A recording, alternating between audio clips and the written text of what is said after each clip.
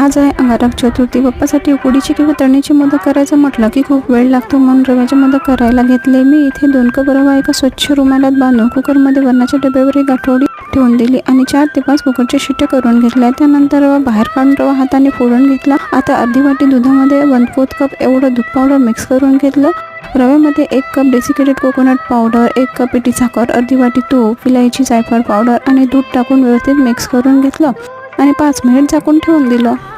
त्यानंतर हे सारण मोदकाच्या मोल्डमध्ये हलक्या हाताने भरून या पद्धतीने मोदक आपल्याला तयार करून घ्यायचे आहेत. आता याच पद्धतीने मी इथे सर्व मोदक तयार करून घेणार आहे. हे मोदक खायला खूप मस्त लागतात आणि करायला वेळही खूप कमी लागतो. हे मोदक करताना तुम्ही दूध पावडर ऐवजी मिल्क मेडचाही वापर करू शकता. फक्त साखरेचं प्रमाण हे थोडं कमी घ्यायचं. तर आता मी इथे मोदकाला केसर मिक्स दुधाचा टिळा लावून घेत आहे. तर आजचा व्हिडिओ तुम्हाला कसा वाटला हे कमेंट करून नक्की सांगा.